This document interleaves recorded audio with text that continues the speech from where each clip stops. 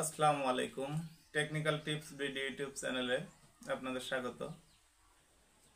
আজকে আমরা একটি টপিক নিয়ে আলোচনা করব, সেটা তো বুঝতেই পারছেন থাম্বনেল দেখে। তো আমরা আজকে ব্লেন্ডারের সঠিক ব্যবহার জানব। দেখুন বন্ধুরা, একটি ব্লেন্ডার যখন আমরা মার্কেট থেকে কিনে নিয়ে আসি, তো আমরা অনেকবা জানি যে ব্লেন্ডার কিভাবে ব্যবহার করতে হয়, দীর্ঘদিন ধরে যারা ইউজ করে। কিন্তু অনেকেই কিন্তু আবার টোটালি জানে না যে ব্লেন্ডার কিভাবে ইউজ করলে ভালো চলে, এটা অনেকেই জানে না। তো যারা জানে না তাদের জন্য এই ভিডিওটা। তো একটি ব্লেন্ডার আপনার কতদিন টিকবে সেটা নির্ভর করে সম্পূর্ণ যে ব্যবহার করছে তার উপরে। এই ব্লেন্ডারের কিছু কিছু ব্যবহার বিধি আছে যেগুলো জানলে একটি ব্লেন্ডারে আপনার অনেক বছর ব্যবহার করতে পারবেন। আর যদি সঠিক ব্যবহার না জেনে উল্টাপাল্টা ব্যবহার করা হয়, তাহলে এই ব্লেন্ডারটি বেশি দিন তো টিকবেই না, আপনার মানে কিছুদিন পর পর নষ্ট হতেই থাকবে। যতদিন আপনি প্রপার ইউজিংটা না বুঝবেন ততদিন কিন্তু এই যন্ত্রণা আপনাকে পোহাতেই হবে। কারণ ব্লেন্ডারের সঠিক ব্যবহার না করলে 10 মিনিটের ভিতরে আপনার ব্লেন্ডারটি ক্ষতিগ্রস্ত হতে পারে। আজকের ভিডিওতে জানবো যে একটি ব্লেন্ডার কিভাবে ব্যবহার করলে ব্লেন্ডারটির লংজিভিটি বাড়ে এবং বহুদিন ধরে আমরা এটা ব্যবহার করতে পারবো। তো আর দেরি না করে আমরা মূল টপিকে চলে যাব। তো দেখুন বন্ধুরা, এই হলো একটি ব্লেন্ডার। এই ব্লেন্ডারটি 750 ওয়াটের একটি ব্লেন্ডার। আপনাদের কিন্তু মার্কেটে 300 ওয়াট থেকে শুরু করে 1500 ওয়াট পর্যন্ত ব্লেন্ডার অ্যাভেলেবেল পাওয়া যায়। তো এর ভিতরে ফ্যামিলি বাসাবাড়ির জন্য আমাদের সবচেয়ে পারফেক্ট ব্লেন্ডার হলো 750 ওয়াটের ব্লেন্ডারটি আমরা বাসাবাড়ির জন্য খুব ভালোভাবে ব্যবহার করতে পারি। আর এর চেয়ে বড়ও প্রয়োজন হয় যাদের বাড়িতে বেশি লোকজন বা সবসময় বেশি ইউজ করা লাগে মশলা, বা হোটেল রেস্টুরেন্টের জন্য আপনার বেশি ওয়াটের প্রয়োজন হয়। আমরা বাসা বাড়িতে সচরাচর যেসব কাজ করে থাকি 750 ওয়াট ব্লেন্ডারই যথেষ্ট। তো যাই হোক, এখন ব্লেন্ডারের কিছু ব্যবহার বিধি জেনে নেওয়া যাক। দেখুন, এই ব্লেন্ডারটি 750 ওয়াট, তো মোটামুটি হাই ভোল্টেজের প্রোডাক্টই ধরা যায়। তো এই ব্লেন্ডারটি কিন্তু একটানা আপনি বেশিক্ষণ চালানো ঠিক মানে চালানো উচিত নয়। চালালে আপনার এর A to Z top to bottom ক্ষতিগ্রস্ত হয়। একটি ব্লেন্ডার প্রধান যে হলো নিয়ম মানতেই হবে আপনাকে, সেটা হলো এই ব্লেন্ডার একটানা চালানো যাবে না কখনোই। আমরা হয়তো অনেকে ভাবি যে আমি এই চালিয়ে দিয়ে রাখলাম, হয়তো আমি 5 মিনিট ধরে আসবো, আমার একদম মশলা ফিনিশ হয়ে যাবে বা হলো চাউল পুরো গুঁড়ো হয়ে যাবে। এটা একদম ভুল ধারণা। কারণ এই ধারণার বাস্তবতা হলো সম্পূর্ণ উল্টা, যে বেশিক্ষণ চালালে আপনার মশলা চাউল গুঁড়ো হবে না। হ্যাঁ, বেশিক্ষণ চালাইতে হবে, কিন্তু আপনার সে চালানোর ভিতরেও বিরতি দিয়ে দিয়ে চালাতে হবে এবং কিছু কিছু নিয়ম টিপস আপনাকে মানতে হবে।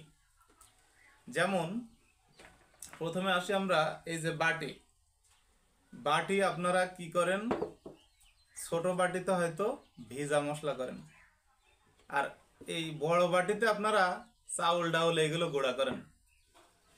কিন্তু না, মানে অনেকেই করেন যারা জানে না।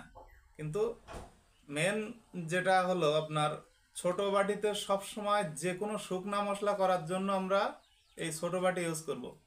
মানে শুকনা মশলা, জিরা, ধনিয়া, শুকনা মরিচ, হলুদ, মানে যেগুলো শুকানোর পরে গুঁড়া করা যায়, পাউডার করতে হয়, গরম মশলা, এইগুলো এই ছোট বাটি দিয়ে আপনার হলো গুঁড়ো করতে হবে। ছোট বাটিটা হলো গ্রাইন্ডার জার। এই গ্রাইন্ডার জারের মাধ্যমে যে কোনো মশলা শুকনা মশলা গুঁড়ো করার জন্য ছোট বাটিটি ইউজ করতে হবে। কারণ দেখেন এক এক বাটির ভিতরে এক এক ধরনের ব্লেড দেয়া আছে। যেমন গ্রাইন্ডারের ভিতরে মানে গুঁড়া করার জন্য যে ব্লেডটা পারফেক্ট সেটা দেয়া আছে। এই যে মিক্সার জার এর ভিতরে কিন্তু আপনার পেস্ট করার জন্য যে ধরনের ব্লেড প্রয়োজন সেই ধরনের ব্লেড ইউজ করা হয়েছে, এবং গ্যাসকেট ট্যাসকেট দিয়ে সেইভাবে কিন্তু এটা বানানো হয়েছে। আর একটা আছে যেটা জুসার, এই এই সেম এই সাইজ বা একটু বড় হয় মিক্সারের চেয়ে। এই যে জুসার জারটার কাজ হলো শুধুমাত্র ফলের জুস বানানোর জন্য। এখন যদি আপনি জুসারের ভিতরে যদি আপনি চাউল গুঁড়ো করতে যান তাহলে কিন্তু আপনি হবে না, বা মিক্সারের ভিতরে যদি আপনি চাউল গুঁড়ো করতে যান বা শুকনা মশলা গুঁড়ো করতে যান তাহলে কিন্তু হবে না। মানে হবে কিন্তু সেইভাবে হবে না, যেটা অরিজিনাল হয় সেইভাবে হবে না। আবার যদি আপনি গ্রাইন্ডারের ভিতরে যদি আপনি ভিজা মশলা করেন তাহলে হবে, ভিজা মশলা হবে। দেখা যাচ্ছে অনেক সময় অল্প মশলা টশলা করার সময় গ্রাইন্ডার ইউজ করেন অনেকে, কিন্তু এটা কিন্তু দ্রুত নষ্ট হয়ে যাবে, কারণ এটা আপনার হলো ভিজা মশলার জন্য না। এর ব্লেডের যে বুশ আছে ওর ভিতরে পানি ঢোকে ঢোকে কিন্তু আস্তে আস্তে বুশ ক্ষয় হয়ে যাবে, দ্রুত এটা নষ্ট হয়ে যাবে। তাছাড়া আপনার হলো শুধুমাত্র চাউল গুঁড়া ডাউল যেগুলো গুঁড়া করতে হয় আর কি, শুকনা জিনিস গুঁড়া পাউডার বানানো লাগে শুধু সেইগুলোর জন্য আপনার এই ছোট জার মিক্সার জারটা সরি গ্রাইন্ডার জারটা ইউজ করতে হয়। আচ্ছা, চাউল গুঁড়ো করার বিশেষ সতর্কতা হলো, দেখেন আমরা অনেকে ভাবি যে একবারে 500 গ্রাম চাউল গুঁড়ো করে ফেলবো এই বড় জার দিয়ে, ঠিক আছে। তো আপনার এনাদের জন্য বড় দুঃসংবাদ হলো যে আপনার ব্লেন্ডারটা ওই একবার ইউজ করতে গিয়ে নষ্ট হয়ে যেতে পারে। দেখেন এই ব্লেন্ডারটার নিচে সেফটি সুইচ আছে, সব ব্লেন্ডারের কিন্তু সেফটি সুইচ থাকে না। তো সেফটি সুইচ না থাকা মানে, আর আপনি যদি বড় জারে চাল গুঁড়ো করতে যান তাহলে সেফটি সুইচ হয়তো নাই, সেটাই হয়তো আপনাকে সাময়িক আপনার একবার হয়তো দুইবার হয়তো আপনি চাউল গুঁড়ো করতে পারলেন, কিন্তু মোটর কিন্তু নষ্ট হবেই, কয়েল একদম পুড়ে যাবে। তো এই কাজ ভুলেও করা যাবে না, কারণ এই বড় জারে চাউল দিলে মোটরটা ওভার প্রেসার পায়, ঠিক আছে, ওর মানে আয়ত্তের বাইরে লোড চলে যায়। তখন কিন্তু সার্কিট ব্রেকার যে ব্লেন্ডারে আছে সেটা কিন্তু আপনার এ দিয়ে চালাই দিলেই 5 সেকেন্ডের ভিতরে আপনার সার্কিট ব্রেকার মানে বেরিয়ে যাবে, সার্কিট কাট করে দেবে।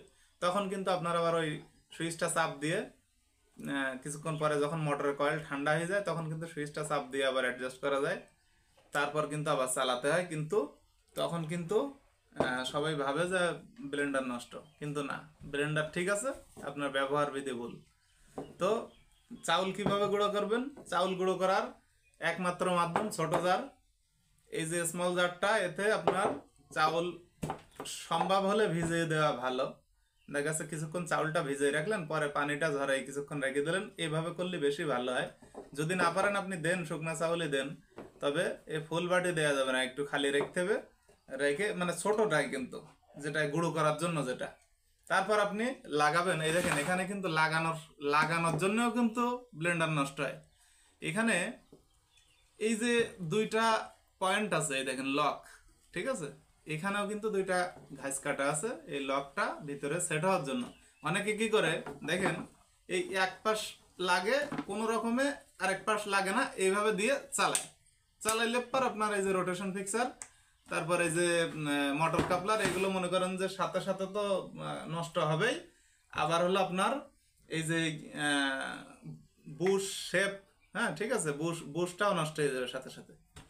তো এইগুলো করা যাবে না। এখানে হলো যখন আপনি বসাবেন তখন এই যে সুন্দর করে এই উভয় পাশ কিন্তু নিচে একদম সেট হয়ে যাবে, তারপরে আপনি এটা ঘুরিয়ে দেবেন ডাইনে যতদূর যায়। ঘুরিয়ে দেওয়ার পরেও আপনি সবসময় হাতটা উপরে রেখে ব্লেন্ডার ইউজ করবেন, কারণ কিছু কিছু ব্লেন্ডারে একটু লুজ থাকে, তখন কিন্তু আপনার এটা ঘুরে এসে ছাড়ি আপনার গায়ে লাগতে পারে খুলে এসে। এই জন্য ব্লেন্ডার ইউজ করার সময় সবসময় উপরে একটা হাত দিয়ে রাখবেন এরকম, তারপর ইউজ করবেন।